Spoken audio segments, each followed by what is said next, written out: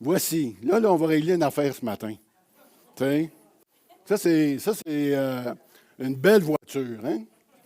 Mais la première fois que Mona m'a présenté le Cube, parce qu'on cherchait une voiture, elle était en amour avec cette voiture-là. J'ai dit, Mona, dans tes rêves, ça n'arrivera pas. C'est impossible que ça arrive.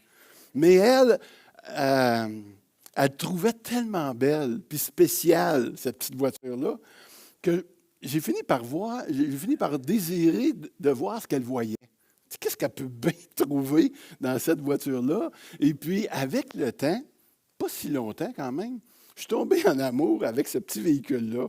Et parce que j'ai vu ce qu'elle voyait. Puis c'est vrai qu'elle est belle. Puis même, je vais vous dire quelque chose, si jamais au ciel, il y a des voitures, d'après moi, c'est celle-là, et celle-là seulement qu'on va y retrouver. Après tout, c'est un cube, pareil comme les dimensions de la Jérusalem céleste.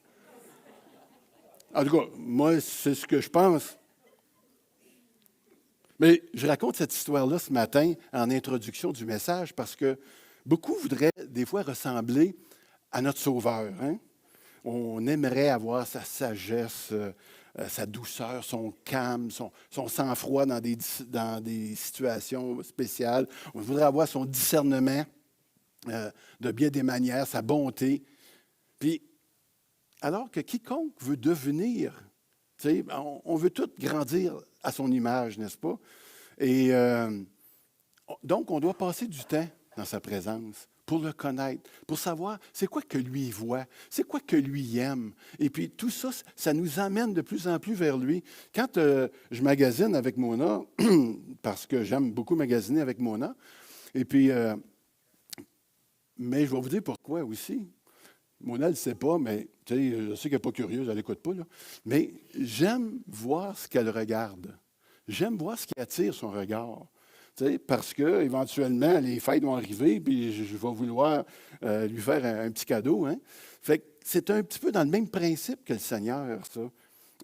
Je veux m'approcher de lui parce que je veux voir où ce qui est son regard, de quelle manière il est en train de faire les choses, de quelle manière il nous laisse, il veut qu'on s'émerveille par l'Évangile, ce qui produit une vie transformée. C'est le message de ce matin.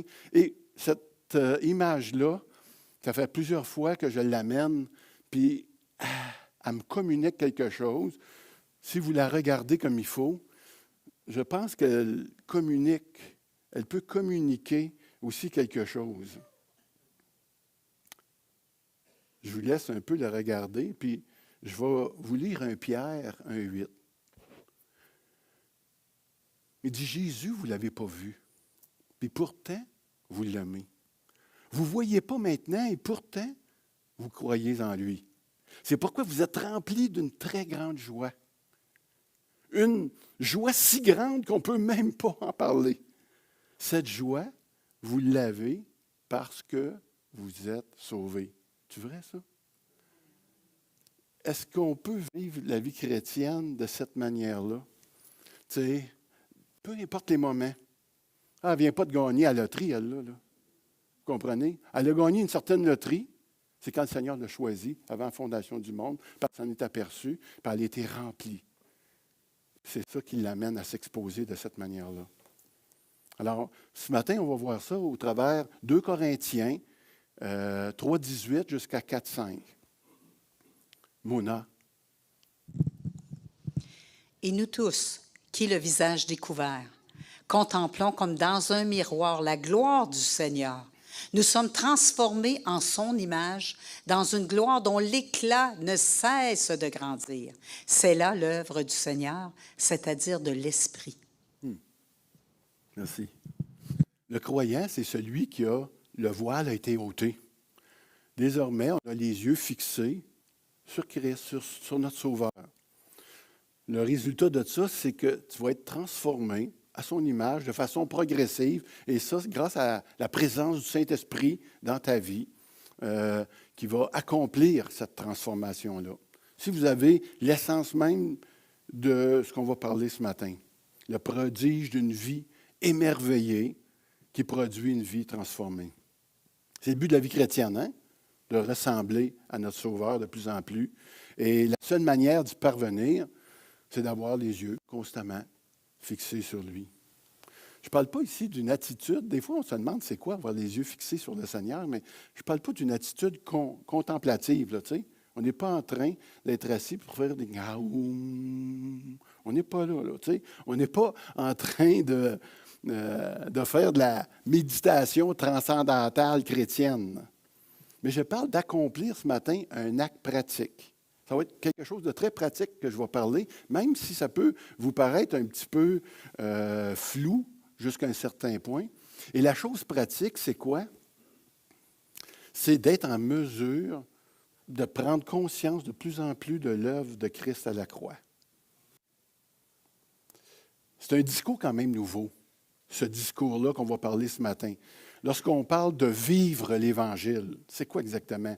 On entendait souvent avant des messages qui tournaient beaucoup autour de la grâce de Dieu. On s'est habitué avec la grâce de Dieu. La vie éternelle qui s'obtient sans les œuvres, par la grâce seule.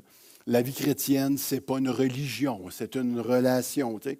On a comme appris ça. On a entendu parler aussi de la puissance du Saint-Esprit, tu sais, qui peut délivrer les captifs, guérir les malades, tu sais, capable de grands miracles, restaurer des vies. On a tout vu ça. Mais le terme, se prêcher l'Évangile, vivre l'Évangile, tu sais, centrer nos vies sur l'Évangile, c'est peut-être un peu moins clair dans notre esprit, tout cela. Et puis ce matin, j'aimerais ça rendre ça plus palpable pour chacun de nous, plus concret. Une vie émerveillée par l'Évangile, ça ressemble à quoi? Eh bien, d'entrée de jeu, je dirais que c'est une vie qui témoigne. L'Évangile, pour faire un petit résumé simple, c'est le fait que le Seigneur a gagné la bataille sur la croix pour notre salut. Hein? C'est assez simple. Puis nous, on doit y répondre avec repentance et foi. Dans Marc 1,15, il dit, « Le moment est arrivé, le royaume de Dieu est proche, changez d'attitude, repentez-vous, et croyez à la bonne nouvelle. » Ce n'est pas un bon conseil ici là, que je parle de manière à vivre notre vie. L'Évangile, ce n'est pas quelque chose qu'on doit faire. C'est une bonne nouvelle à propos de ce que Dieu a accompli. Je sais que vous le savez.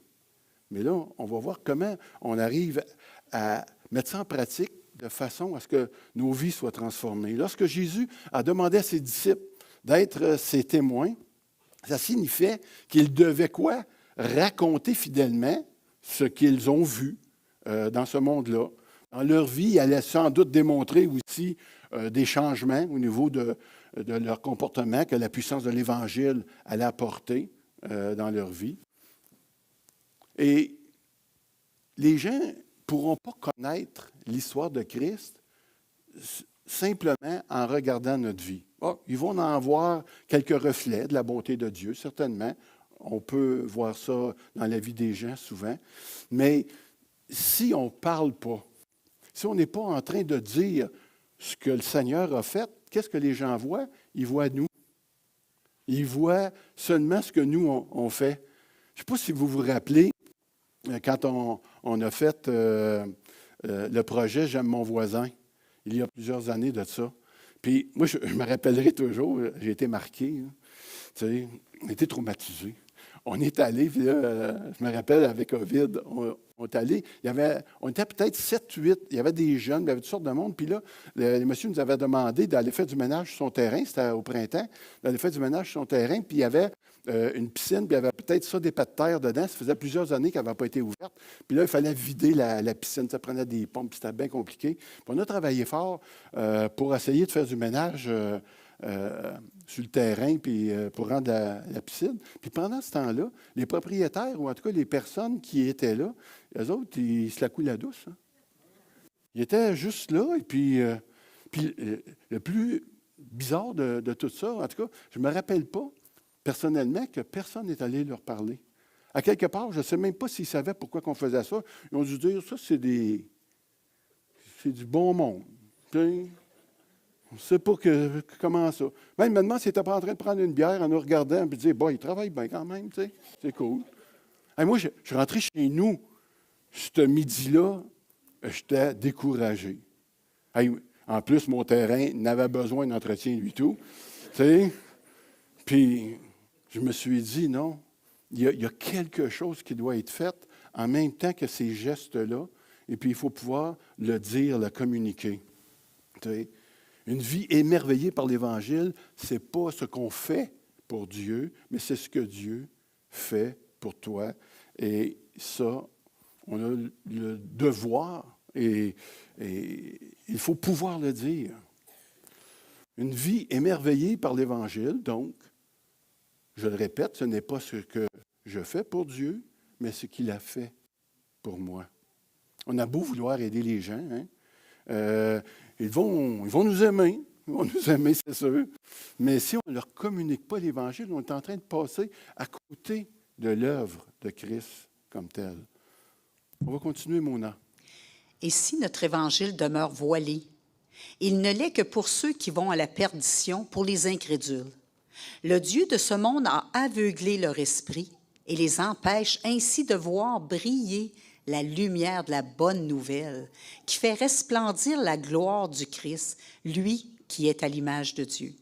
Ce n'est pas nous-mêmes que nous mettons en avant dans notre prédication, c'est le Seigneur Jésus-Christ. Nous-mêmes, nous sommes vos serviteurs à cause de Jésus. À cause de Jésus. La plupart des croyants, particulièrement les Juifs, à ce moment-là, n'acceptaient pas la bonne nouvelle de Jésus-Christ. Pour eux, ils étaient voilés, puis c'est normal. Hein? C'est d'ailleurs la situation de la plupart des gens. C'est pas la plupart. Les gens qui ne sont pas sauvés, ils ne le voient pas. Tu sais. Ils disent, on m'a déjà dit que peut-être que Jésus pourrait être mon sauveur, mais je n'ai pas vraiment besoin d'un sauveur comme tel, parce qu'ils sont spirituellement aveugles. Ils ne peuvent pas simplement voir la sagesse de Dieu qui est cachée. Et là-dessus, j'aimerais qu'on puisse lire 1 Corinthiens 2,7, Mona. Nous annonçons la sagesse de Dieu mystérieuse et cachée, celle que Dieu, avant tous les temps, avait préparée d'avance pour notre gloire. Cette sagesse, aucun des chefs de ce temps ne l'a connue, car s'il l'avait connue, il n'aurait pas crucifié le Seigneur de la gloire. Et c'est évident, hein? S'il avait connu qui était vraiment Christ, puis là, il y avait quelque chose qui était caché. Vous savez, lorsque quelqu'un te demande, par exemple, c'est quoi ta religion? C'est quoi ta religion qui est différente des autres, toi? T'sais? Qu'est-ce que tu fais dans ta religion que les autres ne font pas? T'sais? Et des fois, on pourrait répondre, puis ça m'est déjà arrivé, sûrement, de dire ce qu'on fait. Nous autres, on a un ministère auprès des personnes les plus démunies. On a des paniers économiques pour aider les familles. On a même un magasin où on vend pas cher pour essayer de faire profiter le plus possible les personnes dans ces temps où tout est dispendieux. Des fois, on essaie d'aider les immigrants aussi, hein, qui viennent avec les moyens qu'on a. On va enseigner la parole de Dieu à nos enfants. On trouve ça important. On aide les détenus, les libérés d'une manière ou d'une autre. On a de la compassion pour les personnes endeuillées, les veufs, les veuves, les personnes seules, les monoparentales, les malades, tous ceux qui souffrent. Tu sais. Et puis, on a raison, on est fiers, tu sais, de dire comment l'Église bénit sa communauté. Puis on a raison aussi d'être fiers de cela. Mais il faut dire qu'il y a bien d'autres religions qui font ça. Hein? Des religions qui ne sont pas chrétiennes, ils font ça aussi. Ils aident leurs prochains, ils veulent les aider. Il y a même des personnes qui sont même pas chrétiens, on pourrait dire des organismes religieux, qui ne sont pas religieux, pardon, et qui font la même chose. Ici, pour ne nommer que ceux-là, il y a la Popote roulante, SOS dépannage, les maisons de transition qui aident les gars aussi lorsqu'ils sortent de prison. Ils ont les jardins communautaires, le partage Notre-Dame. Tu sais, toutes ces ressources humanitaires font ça. Alors, c'est quoi? Tu sais, j'ai même un de mes amis qui s'appelle Raoul. Raoul, c'est un homme extraordinaire. Je pense qu'il a donné sa vie à aider les jeunes, à aider les immigrants, aujourd'hui les détenus. Tu sais, puis il a fait des heures de bénévolat. C'est un homme extraordinaire. Il est rendu à 84 ans, il marche encore à plein régime. Mais la vraie question demeure. De quelle manière sommes-nous différents, frères et sœurs? Bien, C'est par notre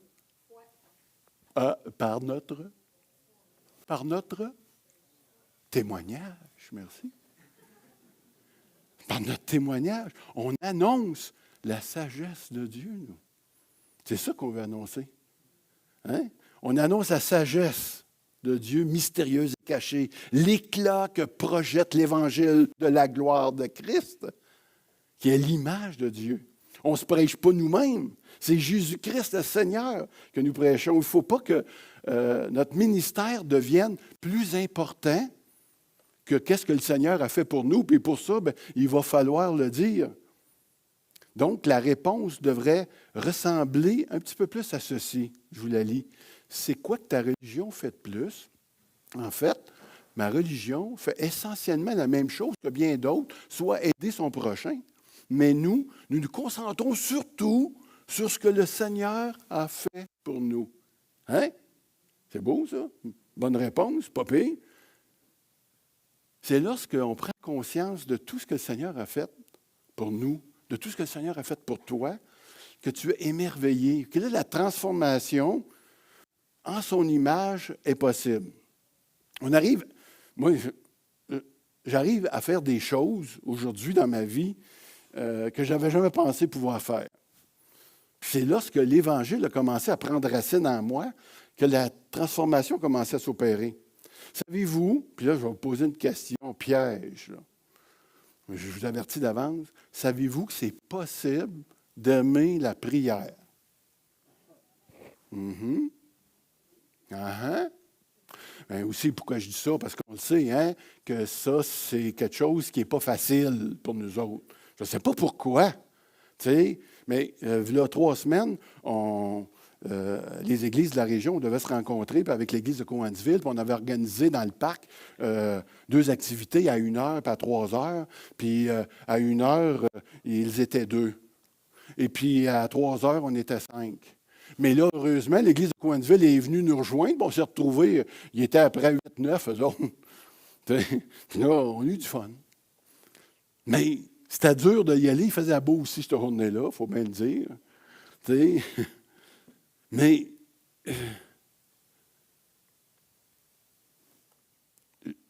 rappelez-vous quand que le Seigneur, il est venu vous chercher. Moi, je me rappelle que j'avais hâte de me retrouver avec des chrétiens, puis j'avais hâte de pouvoir prier avec eux autres. C'était mon activité. Puis une fois, j'ai même voulu sortir de la maison. Mon nez n'était pas encore sauvé. Elle a dit, où tu vas? Je m'en vais avec mes amis. Quels amis? J'ai dit, tu ne connais pas ceux-là. Tu sais, fait que...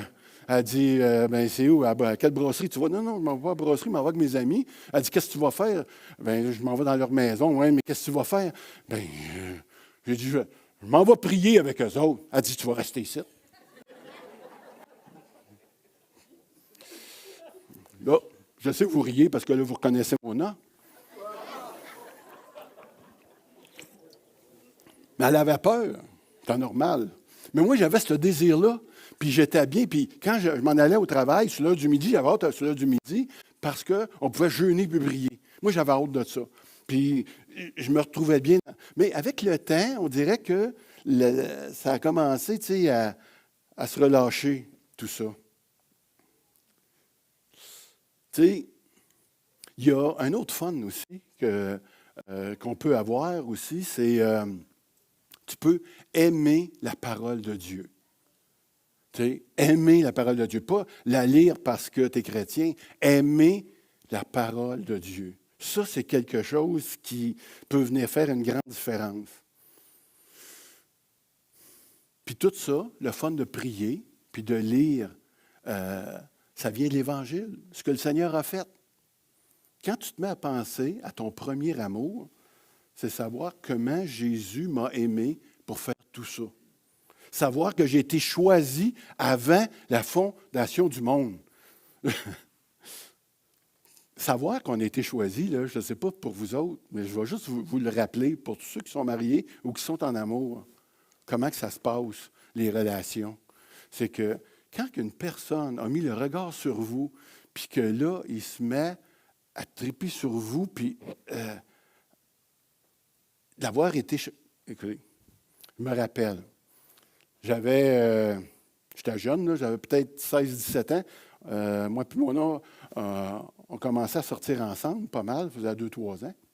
Et puis là, je montrais sa petite photo que j'avais prise, tu sais, dans les machines, dans les centres d'achat. Là. Une petite photo en noir et blanc. Puis là, je montrais ça à tout le monde. Je disais, as-tu vu cette femme-là?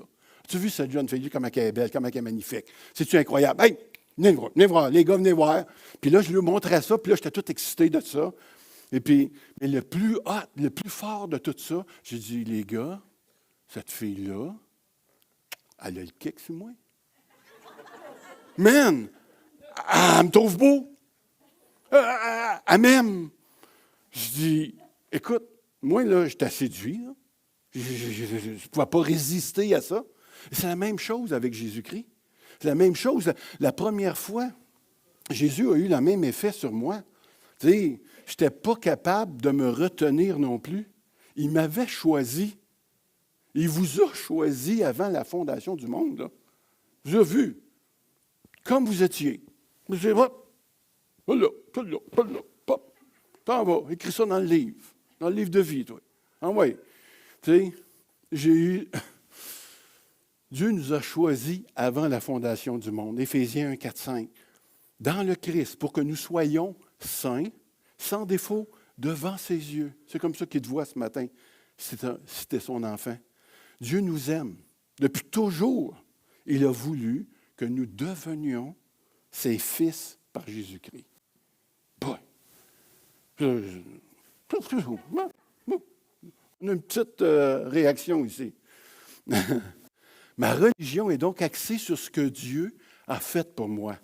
Une de ces choses-là, c'est le don qu'il a fait à ses enfants, qui est le don du Saint-Esprit. Mona? Et nous tous, qui, le visage découvert, contemplons comme dans un miroir la gloire du Seigneur, nous sommes transformés en son image dans une gloire dont l'éclat ne cesse de grandir. C'est là l'œuvre du Seigneur, c'est-à-dire de l'Esprit.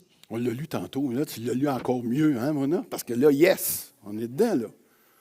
Nous avons besoin de connaître l'Esprit intimement, c'est vrai, mais l'expérience du Saint-Esprit ici ne devrait pas prendre la place centrale du message de l'Évangile. C'est un petit peu le message que je veux laisser dans cette portion-là ici, parce que l'œuvre du Saint-Esprit, c'est de rendre un témoignage de Jésus-Christ. Connaissez-vous le moyen d'être rempli du Saint-Esprit? Bien, ce n'est pas par l'imposition des mains ou par le parler en langue, nécessairement. Hein? Ce n'est pas ça. Le moyen d'être rempli du Saint-Esprit, c'est tout simplement d'être saisi de plus en plus de l'Évangile de Jésus-Christ. Parce que l'œuvre du Saint-Esprit, c'est de rendre concret l'Évangile. Quand on fait le repas du Seigneur, c'est une base régulière, puis les disciples faisaient ça tous les jours, nous, une fois par mois, c'est juste pour... le Seigneur ne veut pas qu'on l'échappe, celle-là, parce qu'elle nous est très utile. Tu sais, il dit, tu sais, nos pensées ont besoin d'être renouvelées, on a besoin de prendre conscience de plus en plus c'est quoi cet évangile-là. Et l'Esprit Saint, c'est pas, il n'est pas là pour nous amener dans une expérience extra ou spectaculaire. Galates 3:3, il dit ceci, Galates, stupide. C'est la parole qui dit ça. Qui vous a jeté au sort? Pourtant, on vous a mis devant les yeux Jésus-Christ cloué sur une croix. Je veux que vous répondiez seulement à cette question. L'Esprit Saint, est-ce que vous l'avez reçu parce que vous avez obéi à la loi ou parce que vous avez cru à la bonne nouvelle, à cet évangile?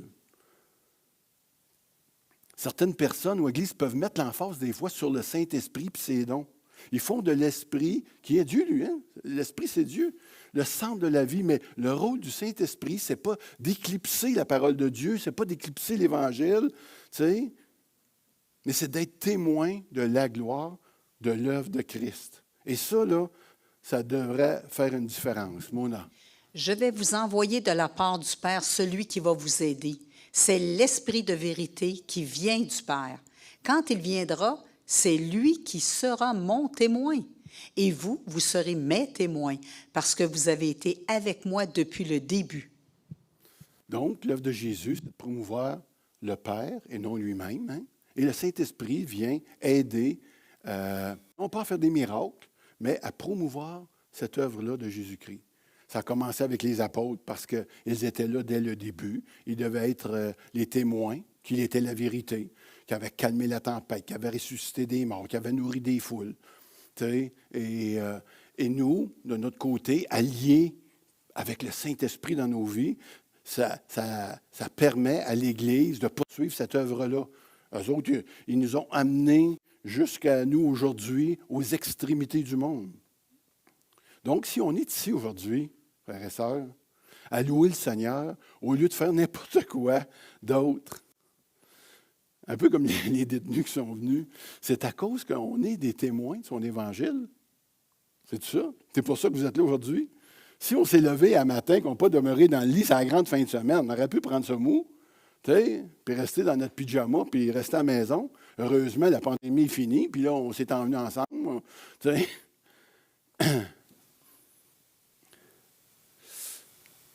On fait l'effort d'être là, mais c'est parce qu'on est nourri par quelque chose. Si on sent le désir de louer, hey, un matin, ça louait-tu? On a-tu loué un matin? Il me semble qu'il y avait quelque chose. On louait comme s'il faisait 25 degrés, gros soleil dehors. Mais là, j'ai senti que c'était dans vos cœurs que c'était comme ça ce matin, hein? Que ça a brassé. Nous sentons le désir de le louer. Même si les chants, des fois, là, ou la louange, ce n'est pas tout à fait selon le registre que nous, on choisirait, quoi qu'un matin, on était au fond pas mal.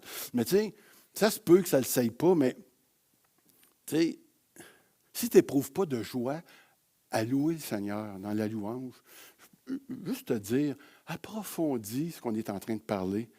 C'est quoi l'Évangile pour toi? Puis de quelle manière ça t'émeut encore? Puis ça t'amène à vouloir le louer. Hey, le Seigneur, il va t'amener à considérer le cube. Tu comprends, le petit char? Tu sais? Et apprécier ce qui manque d'appréciation. Il t'amène là. Si tu te déplaces pour rencontrer tes frères et tes sœurs, tu sais, c'est parce qu'il se passe de quoi. Sinon, tu vas dire, oh, ben, tu sais, moi, il y en a une gang, il me tombe ses nerfs pas mal. Oui, c'est correct, ça peut arriver, mais si tu viens et tu te prépares à cela, ce qui va arriver, c'est que le Seigneur va peut-être te montrer que toi aussi, tu peux tomber ses nerfs à bien du monde. Puis là, surveiller la situation dans l'envers, parce que tu es en train d'être transformé tranquillement. Si tu as le goût... Normalement, on devrait avoir le goût d'entendre la parole, même si des fois, le prédicateur n'est pas tout à fait à la hauteur de nos espérances. Notre responsabilité, ce serait d'arriver peut-être un peu plus près, de se coucher plus de bonne heure, de voir qu'est-ce que le Seigneur est en train de faire dans nos vies, puis de venir chercher, puis aussi apporter quelque chose au milieu de ces rassemblements-là. Si tu fais partie d'un ministère, si tu passes des heures, on pourrait dire des heures précieuses à préparer des leçons, à préparer des chants, je crois, moi, que c'est parce que ton cœur est disposé ou il est pris de cet amour-là de Jésus-Christ, de ce qu'il a fait pour toi. Je veux croire que si on est là, c'est parce qu'on est en train de persévérer à cause de son évangile. Et non pour faire plaisir aux hommes ou bien pour toutes sortes d'autres raisons. Tu sais, si je ne vais pas, ils vont remarquer que je ne suis pas là, puis là, on a une mauvaise réputation. Non, c'est pas ça qui nous émeut. Tu sais, on a besoin de saisir quelque chose. On ne persévère pas pour avoir une meilleure vie, pour être guéri en attendant les bénédictions de Dieu. Ce n'est pas pour ça qu'on est là. Ce qui nous motive, c'est ce que Christ a fait pour toi, afin qu'on puisse être tes témoins de cet évangile-là. C'est une puissance. Dieu est capable de réveiller les morts par rapport à tout ça. C'est son œuvre qui t'amène à aimer ton épouse. Oh, ben là. Non, tu le dis. Tu sais, il t'en manque un peu, tu dis, j'aimerais ça. Tu commences à refroidir un peu mon. Ah, c'est son œuvre qui t'emmène là. Tu sais, parce que si c'est juste parce qu'elle est belle, gentille, puis qu'elle fait des bons repas, la journée que tu vas en trouver une belle, gentille, puis qui fait des meilleurs repas, bien, tu vas vouloir y aller. Tu sais, il faut que ça soit d'autres choses. Tu ne l'aimes pas juste non plus parce que tu es chrétien puis il faut que tu l'aimes. Tu sais, non. Il y a une phrase qui dit ici, je l'aime parce que Christ me l'a fait paraître comme sainte, sans reproche et sans défaut. Oh, amen! Y a-tu d'autres messieurs qui sont capables de dire ça? Sainte, sans reproche et sans défaut. Là, c'est le temps d'avoir des points, messieurs. Tu dis, oui, c'est comme ça, je l'avoue. Hein, chérie, il m'enlève les paroles de la bouche. Tu sais? Écoutez bien ça.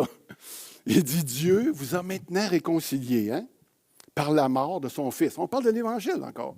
Dans son corps de chair, pour vous faire paraître devant lui, saint, sans défaut et sans reproche. Mais, il faut que vous restiez fondés et inébranlables dans la foi, sans vous détourner de l'espérance de l'Évangile que vous avez entendu. C'est là que ça se passe.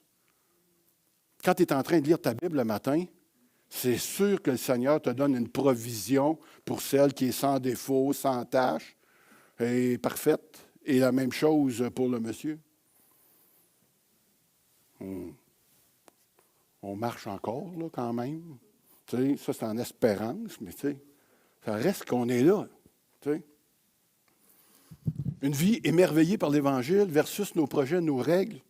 Mon doux, on va dépasser un brin, un peu. Vas-y, Ainsi donc, puisque par la bonté de Dieu, nous avons ce ministère, nous ne perdons pas courage. Au contraire, nous montrons clairement la vérité et ainsi nous faisons appel à la conscience de tous devant Dieu.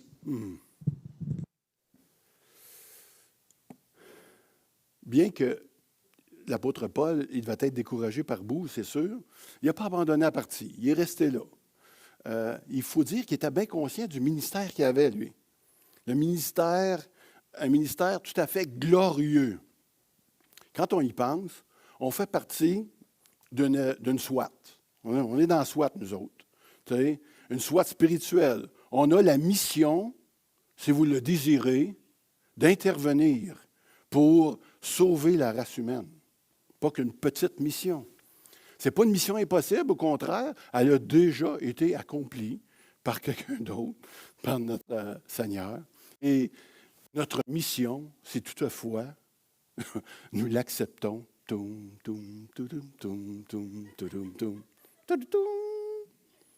C'est d'en être les témoins. Ah. C'est qui aurait pu concevoir une mission de cette nature-là? Vraiment. Tu sais, il y a dans le monde, là, à peu près 2500 religions. Il y en a pour tout le monde, avec des sectes. Tu sais, jusqu'à à l'adoration des rats, des serpents, le bouddhisme, n'importe laquelle. À côté de tous ces systèmes-là religieux, il y a l'Évangile, celle de la bonne nouvelle. Puis, parce qu'elle se résume aux paroles de Jésus-Christ à la croix. Quand il a dit quoi? Tout est accompli. Ça, c'est toute la différence. La plupart des religions, pour ne pas dire tous, ils nous emmènent dans le faire. Et nous aussi, on pourrait être tentés d'aller vers ce faire-là. J'interroge souvent des bénévoles qui ne sont pas des chrétiens. Ils me disent, il me semble que lorsque j'aide une personne, on dirait que c'est à moi-même que je fais du bien. Tu sais, mais si le motif de dévouement, frères et sœurs, n'est pas plus que de nous faire du bien, là, moi j'aime ça, faire du bénévolat, il me fait du bien. Si ce n'est pas plus que ça, éventuellement, on va avoir des problèmes avec ça. On va chicaner, on va avoir des déceptions, on ne sera pas content. On va être découragé, puis on va finir par abandonner. Alors que celle qui s'engage à cause de l'Évangile, elle qui est nourrie par cela, elle s'attend d'en avoir des problèmes. C'est sûr, on va en avoir, on va être contrarié, on va vivre l'injustice, on va peut-être même être persécuté d'une manière ou d'une autre. Ça fait partie de vivre l'Évangile. On s'en va avec ça, nous autres. Tu sais, c'est ça l'Évangile. Ou non? Souvenez-vous de ce que je vous ai dit. Le serviteur n'est pas plus important que son maître. Les gens m'ont fait souffrir et ils chercheront à vous faire souffrir aussi. Ils n'ont pas obéi à mes paroles, ils n'obéiront pas non plus aux vôtres. Et ils vous feront tout cela à cause de moi, parce qu'ils ne connaissent pas celui qui m'a envoyé. Tu sais, lorsque notre vie va mal, lorsqu'on est perdu, tendu, vous avez perdu le sommeil, ça arrive de ce temps-là. Je sais qu'il y en a plusieurs qui ont de la misère à dormir. Moi, le premier, des fois. Notre mariage peut battre de l'aile. Lorsque notre vie peut paraître volée en éclats, il y a beaucoup de livres qui ne sont pas sur ces livres-là, mais qui peuvent en être aussi, qui vont nous parler des 5 étapes là, pour avoir un peu plus de pep dans notre vie, les 8 étapes pour te réconcilier. Il y a, tout ça, ça peut être bon, mais ce n'est pas ça qui va changer le cœur. Ce n'est pas ça qui va nous amener dans l'émerveillement face à ce que Dieu est en train de faire dans nos vies par rapport à l'Évangile. Et on y arrive à cette conclusion et je vais inviter le groupe à bien s'avancer. Mona? Or, ces commandements ne représentent pas un fardeau, puisque tout ce qui est né de Dieu remporte la victoire contre le monde. Et la victoire qui a triomphé du monde, c'est votre foi. Qui est victorieux du monde? N'est-ce pas celui qui croit que Jésus-Christ est le Fils de Dieu? J'aime ce verset-là parce que c'est un discours qui a toujours été présent dans l'Église. Le discours de la victoire. On veut la victoire, tu sais, la victoire sur nos combats et tout ça. Dieu nous remplit de bénédictions, c'est vrai, parce qu'il nous aime et il veut bénir ses enfants. Mais ce qui transforme vraiment, ce n'est pas l'espoir que Dieu va nous bénir comme tel, avec d'autres richesses matérielles. Puis là, on voit Dieu parce que là, il nous accorde toutes sortes de belles choses.